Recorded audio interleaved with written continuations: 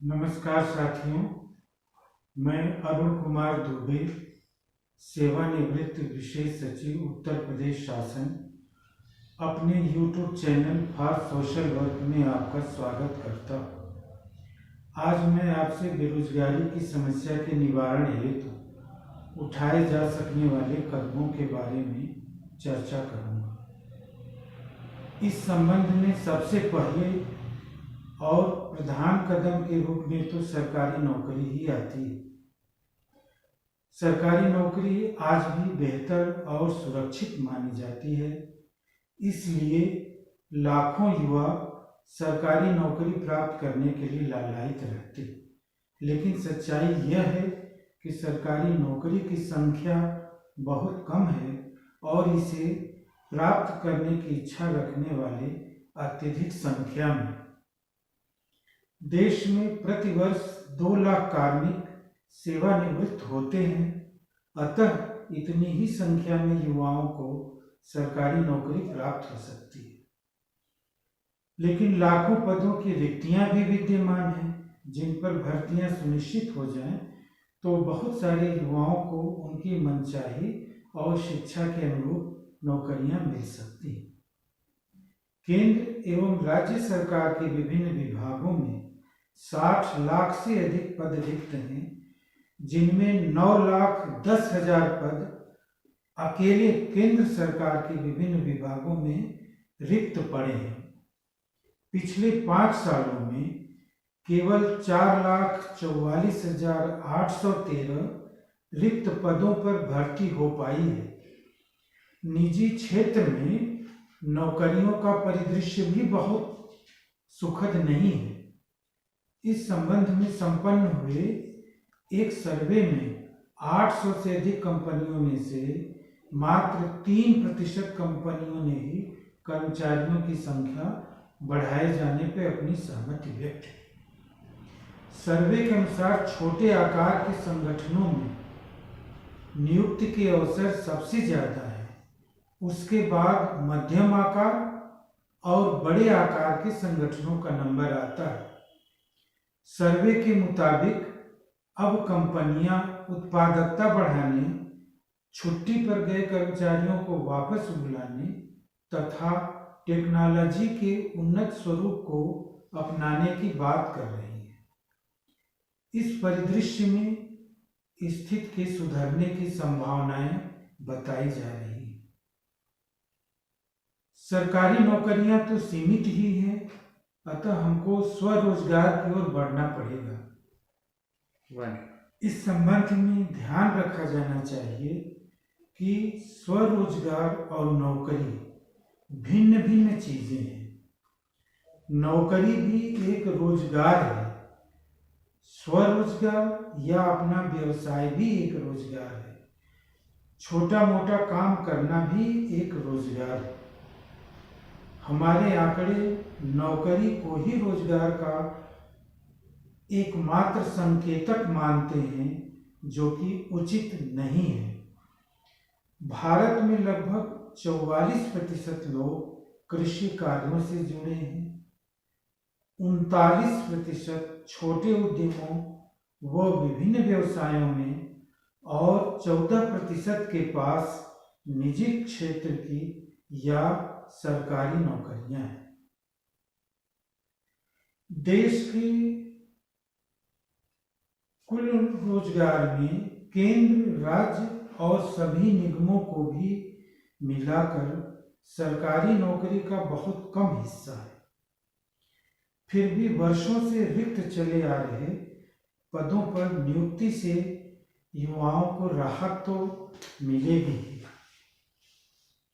रोजगार का संबंध मांग से जुड़ा हुआ है। मांग होगी तो खपत होगी और इस बढ़ी हुई खपत को पूरा करने के लिए उत्पादन बढ़ाना होगा।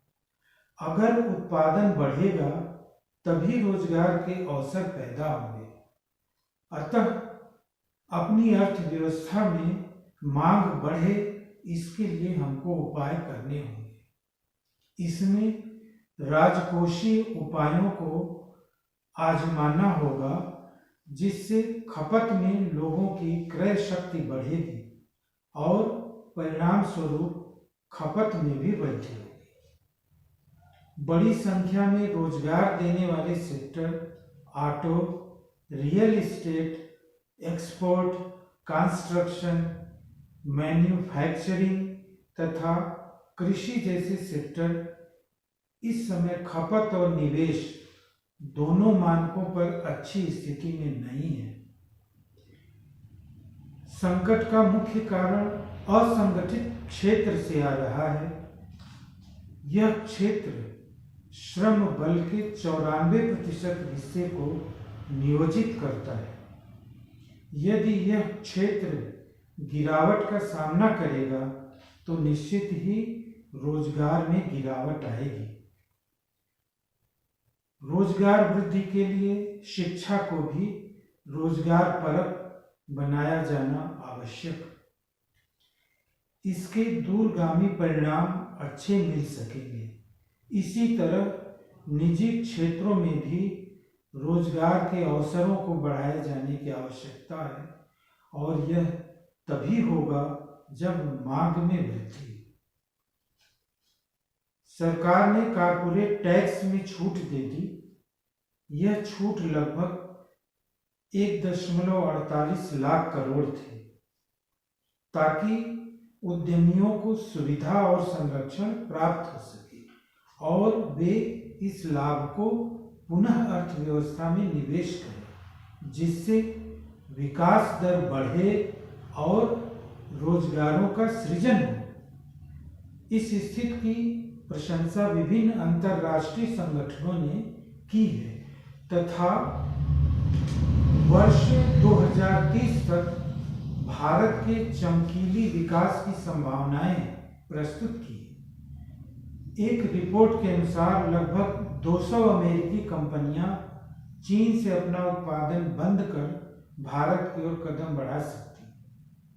पूरी दुनिया के अर्थशास्त्रियों ने यह टिप्पणी की है कि चीन से जो कंपनियां अपना व्यापार समेट रही हैं, वे भारत को अपने निवेश गंतव्य के रूप में देख रही हैं। इसके साथ ही भारत से कई विकसित और विकासशील देशों के लिए कई बड़े काम आउटसोर्स हो रहे हैं। भारत में विदेशी कंपनियों ने अपने बहुत सारे शानदार दफ्तर बनाए हैं, जिसमें योग्य भारतीय युवकों की भर्तियां की जा रही हैं। भारत के पास कुशल पेशेवरों की फौज है।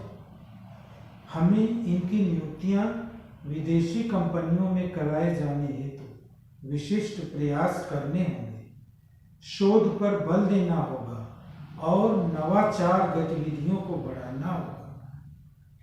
अर्थव्यवस्था को डिजिटल करने की रफ्तार तेज करनी होगी। कृषि हमारी अर्थव्यवस्था का सबसे बड़ा स्वरूप है। अतः कृषि क्षेत्र में रोजगार बढ़ाने की ओर अधिक ध्यान दिए जाने की आवश्यकता है। अतः हम देखते हैं कि कृषि क्षेत्र भी संकट के दौर से गुजर रहा है।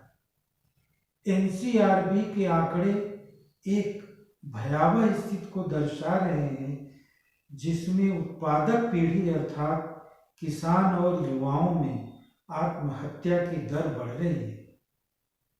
सरकार को कृषि उत्पादकता और उत्पादन को बढ़ाने के लिए सिंचाई की उपलब्धता बढ़ाने के साथ ही खेती तकनीकी को और उन्नत बनाए जाने तथा अच्छी बाजार व्यवस्था सुनिश्चित किया जाना जरूरी है। ग्रामीण क्षेत्रों में कुल मैन पावर का 64% हिस्सा कृषि क्षेत्र में लगा हुआ है, जो कि एक सीमा से अधिक है। ऐसा इसलिए है कि रोजगार के अन्य विकल्प भी उपलब्ध नहीं है।